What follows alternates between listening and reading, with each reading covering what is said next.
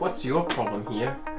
The obstacle is the way. It's fine. Okay. Just reading a bit self-improvement books here. I've read about 50 self-improvement books, and what I've realized is that they say pretty much the same 3 things, and that's what I want to talk about in today's video. The first concept I want to talk about is from Atomic Habits: quantity and quality. The concept is talked about in different books, but if we take that example there, if we divide a class into 2 different groups and give them the same assignment to film or create videos, the first class group, which focuses on quality, does 1 single video in a month, while the second group, the quantity group, does 10 videos. And pause this video, let me know in the comment sections down below on which group you would make your bet on. I'm going to make this video perfect. I'm going to show it to them. So, the experiment gave the result that the quantity group created the better videos at the end than the quality group. Next time you better lower your ego here, mister. That quantity group re-watched these videos they've made at the beginning, learned from their mistakes, and invested the time into having the better lighting, the better camera settings. They looked on how they can improve their video editing skills, while the quality group was just focused on creating that only video there. That quality and quantity experiment shows exactly that first big thing what I've learned from these books. Who does relate to that situation? I'm not ready yet. I'm not ready. I can't do that. Everyone does it, including myself. It's not the perfect timing yet. I need to prepare myself more to get better, and then I can start something. We need to stop waiting for the perfect moment. Action drives us human in life. If I take the example of YouTube again, it's been nearly 7 months now since I've started this channel, and I just ask myself always how. The progress is just massive, and if we're just waiting and waiting and putting that things off we want to achieve in our lives, then we're just waiting and waiting for that perfect moment, which will never appear.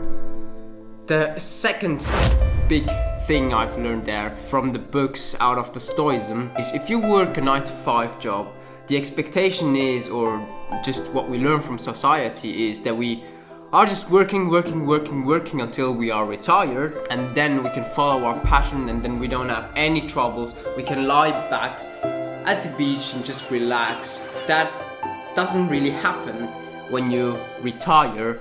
Other problem areas come into your life. General Stoicism says that happiness doesn't really exist, and it's eudaimonia.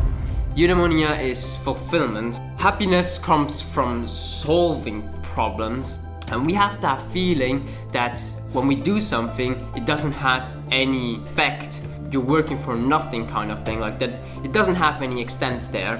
It doesn't matter in which aspect, it doesn't matter what you do, it doesn't matter if you start a YouTube channel, it doesn't matter if you get out there and approach people into cold talking kind of thing. In anything you do, the first experience is going to be awful, and it doesn't matter in which area, but it's going to be awful. When you drain yourself into your first heartbreak, for example, or if you're trying to get a full-time artist and you just fail massively, you just lose the courage to start something. So the second big idea of these books is to get self-reliance. Learn from these past failures, from these past mistakes, not kind of get discouraged, and try to put that effort in order to learn from these past mistakes, that they don't happen in the future, and build up on them rather than just escaping from them. Worry about these things and not confront them. And that's the second big lesson there. To work on not experiencing that failure there again, and that builds up that self-reliance. One thing I've realized since I've started my studies is that I've lost a lot of energy kind of thing, and if I came back from work, I couldn't find any inspiration and couldn't get any other work done, and I just lost the energy there. Everything I've learned from these self-improvement books I couldn't apply in my personal life, and that destroyed myself, and that's actually the turning point when I've decided in February to start my own channel. Learn to not be afraid of getting into new things and taking action. Feel okay in not fitting in.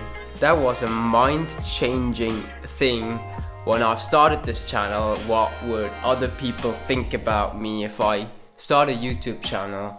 But at the end I came to realize that everyone has just his own or her own spotlight on themselves. Most people will just hold you back from achieving your goals, and that's what I've set myself. I'm just going my own way, and if I fail, I take it as a lesson and learn from these experiences. The third big thing of these books is a bit different from the other two. What I've realized from reading these books that's only half of the circle, because the other half is the self-healing part. The big key message there is forgiveness. So there is forgiveness to other people. Get away from here. I don't care either. You know what? I just go. Get away. I just go. I don't care.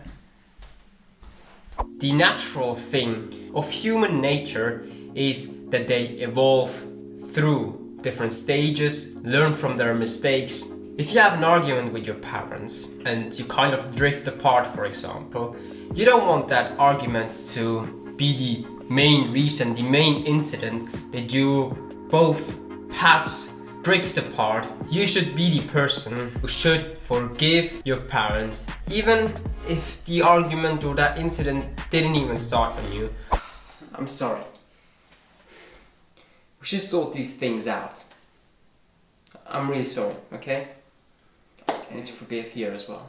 Do you really want to dictate that one incident through your whole life and not forgiving these people? The thing of human nature is that we just put all the positive thoughts and positive things which happen in life away and focus on the negative things. But more importantly, which different authors talk about, Robert Greene, but also Ryan Holiday in the book Ego, you need to forgive yourself, more important. There is the pyramid, the so-called feelings pyramid.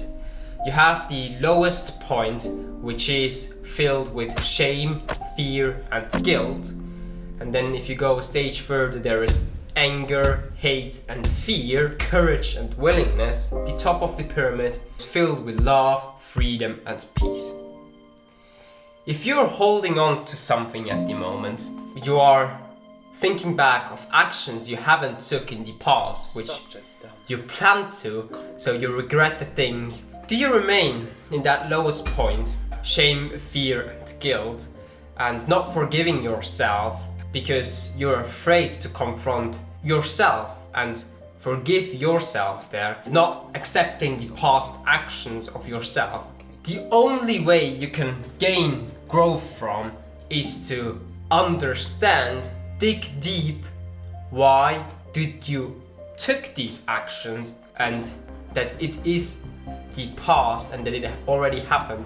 So you need to ask yourself, how can I deal with it? How can I move a step forward?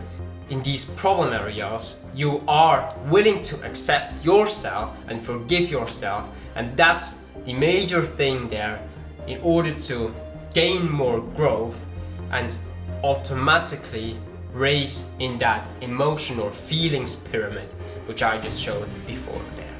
So forgiveness is always a two-way street.